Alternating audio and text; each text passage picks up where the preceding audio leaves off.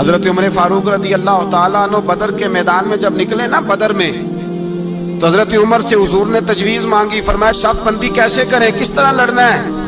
جناب عمر فاروق رضی اللہ تعالیٰ عنہ کہنے لگے حضور یہ جتنے آئے ہیں نا کافر لڑنے، یہ کسی کا کوئی چاچا لگتا ہے، کسی کا کوئی ماموں لگتا ہے، کسی کا بھائی ہے، کسی کا بیٹا ہے، تو محبوبہ صف بندی کی کیا ضرورت ہے؟ جو میرے رشتہ دار ہے میرے حوالے کریں، میں گردنیں کاٹ کے آپ کو دیتا ہوں، جو ابو بکر کے رشتہ دار ہے وہ ابو بکر کے حوالے کریں، وہ گردن کاٹ کے دے، جو علی کا کچھ لگتا ہے وہ علی کے حوالے کریں۔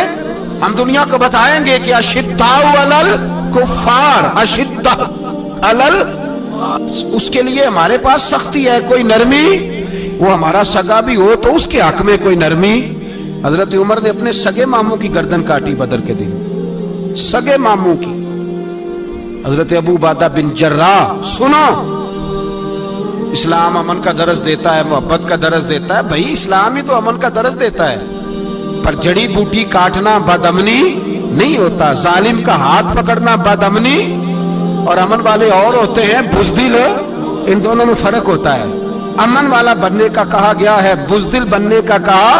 میرے نبی پاک نے جو بدر میں تلوار اٹھائی تھی، زرہ پہنی تھی، حضور علیہ السلام نے لوہے کی جیکٹ پہنی تھی، تو وہ بھی میرے رسول پاک نے امن کے لیے ہی پہنی تھی۔ میرے نبی پاک صلی اللہ علیہ وسلم نے احد کے دن جو ہتھیار اٹھائے تھے تو وہ بھی امن کے لیے اٹھائے تھے، وہ بھی امن کے لیے حضور نے ہتھیار اٹھایا تھا۔ ہتھیار اٹھانا بدامنی کی علامت نہیں ہوتا میرے بھائی، یاد رکھ۔ حضرت ابو عبیدہ بن جراح نے میدان بدر کے اندر جب جنگ کا تبل پھجا، حالات بگڑے، جناب ابو عبیدہ بن جراح کہتے ہیں تاریخ نے ایک عجیب موڑ پہ مجھے لا کے کھڑا کیا۔ آپ فرماتے ہیں میرے لیے اللہ نے جو آزمائش رکھی وہ سب سے بڑی رکھی۔ فرمانے لگے جب میں میدان میں نکلا تو کافروں نے میرے سامنے جس کو لا کے کھڑا کیا وہ میرا سگا باپ تھا۔ آپ فرماتے ہیں اب مشکل بن گئی، عشق تیاگ دومی ایک برابر، تے عشق دا سیک ودھیرا، اگ تے ساڑے ککھ تے کانے، تے عشق ساڑے تن میرا، تے اگ دا دارو می تے پانی، کوئی دسے ہیں عشق دا دارو کیڑا، بلے شاہ تھے کچھ بھی نہیں بچدا جتھے عشق ہوران دا ڈیرا۔ فرمانے لگے اب میرے لیے سامنے باپ، ادھر بیٹا۔ آپ فرماتے ہیں دو رستے تھے، باپ بچاؤں یا رسول اللہ کا دین بچاؤں۔ ایک منٹ تھا فیصلہ کرنے کے لیے کہ ابا بچے گا یا دین بچے گا، کفر بچے گا یا اسلام بچے گا۔ فرماتے ہیں میں نے منٹ پورا نہیں سوچا، میں نے تلوار اٹھائی، باپ کی گردن کاٹ کے گرائی اور رسول اللہ کا دین بچا لیا۔ باپ کی گردن کٹ کے گری اور نبی پاک کا دین بچ گیا، بچا لیا رسول اللہ کا دین۔ حضرت عمر نے ماموں کو مارا۔ حضرت مصعب ابن عمیر کہتے ہیں تاریخ مجھے بھی لا کے کھڑا کرتی ہے بدر کے میدان میں، تو کفر کا لبادہ اوڑھ کے جب سامنے آیا تو وہ میرا سگا بھائی تھا، سگا بھائی۔ ہزاروں قومیں وجود میں آئیں دہر میں خشک و تر کے رشتے سے، پر ہم نے بنیاد دوستی رکھی یاد خیر البشر کے رشتے سے۔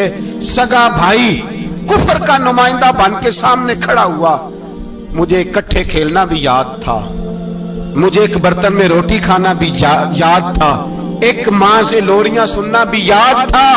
فرماتے ہیں یہ سارا کچھ یاد تھا، پر اسلام کے حق میں دیا ہوا خطبہ جو محمد عربی نے دیا تھا وہ بھی مجھے یاد تھا، مجھے رسول اللہ کی بتائی ہوئی باتیں بھی۔ فرماتے ہیں میں سارا کچھ بھول گیا، پر مجھے اپنے رسول کا پڑھایا ہوا سبق نہیں بولا، وہ مجھے یاد رہا۔ میں نے پھر سگے بھائی کی گردن کاٹی اور میں نے وہ گردن کاٹ کے حضور کے پاس پیش کی، اور میں نے دنیا کو بتایا کہ ہمارے لیے اصل وہ ہے جو ہمارے رسول ہمیں حکم ارشاد فرماتے ہیں، یہ رشتے ہمارے لیے اصل۔ ہمارے حضرت ابو بکر صدیق میدان میں نکلے، بیٹا کافروں کی طرف سے لڑنے آیا ہے، سگا بیٹا، اور میرے مصطفیٰ کریم نے فرمایا اولاد بزدل کر دیتی آدمی، پر جب ایمان پختہ ہو تو پھر صحابہ نے اس بزدلی کی بھی پرواہ نہیں کی۔ سگا بیٹا کافر کی جانب سے آیا، حضرت ابو بکر صدیق نے تلوار سے حملہ کیا، بیٹے نے ڈھال آگے کی۔ جب صاحبزادے نے ڈھال آگے کی نا تو حضرت ابو بکر کی تلوار لوہے کی ڈھال سے ٹکرائی، تلوار گر گئی۔ اب حضرت ابو بکر نے ہتے ہو گئے، صاحبزادے نے اٹھائی تلوار، کہتا ہے جب میں مارنے لگا تو خیال آیا گھر تو میرا اجڑے گا نا, باپ تو میرا ہی ہے نا.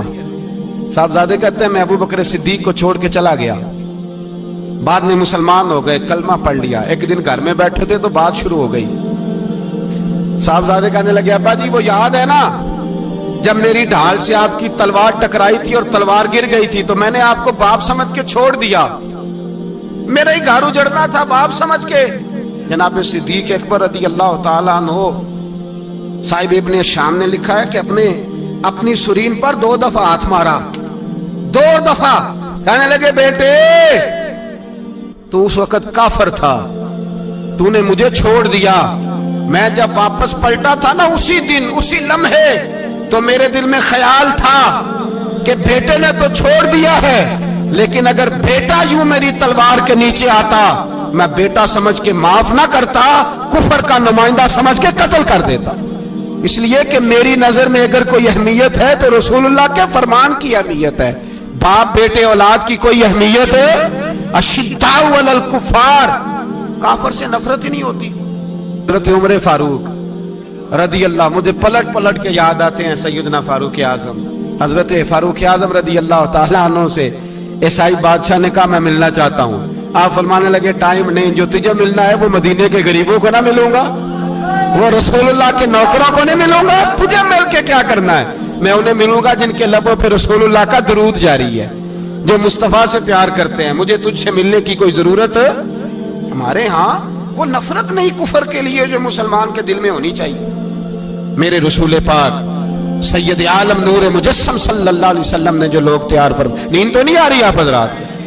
ایک وہ منظر تھا حضرت عمر نے جب اپنے سگے ماموں کو لتاڑا, جناب ابو عبیدہ بن جراح نے باپ کو قتل کیا, مصعب ابن عمیر نے بھائی کو قتل کیا. ایک وہ منظر تھا. ایک وہ منظر تھا جب مسلمان مکے سے مدینے آئے, مدینہ طیبہ پہنچے تو مصطفیٰ کریم نے فرمایا یہ تمہارے بھائی ہیں, بس بات ختم ہو گئی. یہ تمہارے, میں اتنی سی بات ہے, یہ تمہارے, اس سے زیادہ نہیں. کوئی لمبا خطبہ نہیں نبی پاک نے دیا. فرمایا یہ تمہارے, اپنے بھائیوں کی مدد کرو. حد ہو گئی مدد کرنے کی. بھائی کا بازو پکڑا, گھر لے گئے. کہنے لگے یہ 15 کلے میرے ہیں, 6 جو تمہیں پسند آتے ہیں رکھ لو, تمہارے ہو گئے. گھر کا سامان بستر رضائیاں تک نکال کے دروازے کے اندر رکھے. بھائی سے کہا یار جو تجھے اچھا لگتا ہے رکھ لے, آدھا تیرا آدھا میرا. یہاں تک ایک وہ موقع جب اشداء علی الکفار, ایک یہ موقع رحماء بینہم. صحابہ کرام علیہم رضوان میں سے کسی کے پاس 2 باغ تھے, ایک میں کھجوریں زیادہ پکی ایک میں کم پکی. جب وہ اپنے بھائی کو دینے لگا تو اس نے کہا تجھے رسول اللہ نے میرا بھائی بنایا ہے, تجھے وہ والا باغ دوں گا جس کی کھجوریں زیادہ پکی ہوئی ہیں, وہ والا باغ دوں گا کھجوریں زیادہ پکی ہوئی. اور یار تاریخ عالم نے یہ نظارہ نہیں دیکھا کہ وہاں سے ایک شخص آیا غریب ہے رشتہ نہیں ملتا. یہاں ایک شخص نے کیا کیا, اس کو اپنے خاندان سے اپنے گھر سے رشتہ بھی دیا. کہا بھائی ہے, اس کو یہاں بسانا ہے, رکھنا ہے, لانا ہے. کوئی تہذیب کا ٹکراؤ نہیں ہوا, کوئی ان لوگوں کے آپس میں جھگڑے نہیں ہوئے, کوئی نہیں کہا کہ یہ مہاجر ہے یہ انصار ہے, کوئی کسی جگہ نہیں کہا تمہارا کھانا پینا رہنا سہنا الگ ہے, کوئی کسی جگہ بحث نہیں ہوئی. آدھا بانٹ کے دیا. اور پھر بھائی چارے کا حال یہ تھا کہ تبوک کے بعد جب بڑا مال آیا نا مسلمانوں کے پاس, ڈھیر لگ گئے, بحرین سے مال آیا تو ڈھیروں لگ گئے. تو رسول پاک صلی اللہ علیہ وسلم نے انصار مدینہ کو بلایا, مدینے والوں کو. فرمایا تم نے بڑا احسار کیا تھا اپنے بھائیوں پر, تم نے اپنی آدھی جائیدادیں دے دی تھی, تم نے رحماء بینہم کا پورا مظاہرہ عملاً کر کے دکھایا. اب مال آ گیا ہے, 2 آپشن میں تمہیں دیتا ہوں, 2 قسم کی ترجیحات, ایک چیز قبول کر لو. کہ یا رسول اللہ صلی اللہ علیہ وسلم حکم فرمائیے. فرمایا یہاں تو جو مال تم نے اپنے مہاجر بھائیوں کو دیا ہے وہ واپس لے لو, وہ تم واپس لے لو, اور یہ جو مال آیا یہ میں ان میں بانٹ دیتا ہوں. یا اس طرح کرو کہ میں یہ مال تمہارے درمیان آپس میں آدھا آدھا بانٹ دیتا ہوں, یہاں تمہیں کچھ فیصد زیادہ دے دیتے ہیں انہیں کم دے دیتے ہیں. بات ہو رہی تھی, انصار چپ تھے. حضور نے فرمایا بولتے کیوں نہیں, پتہ محبوب کو بھی ہے کہ یہ بولیں گے تو مجھے بھی ٹھنڈ پڑے گی اور قیامت تک ساری امت کو سکون ملے گا. فرمایا بولو.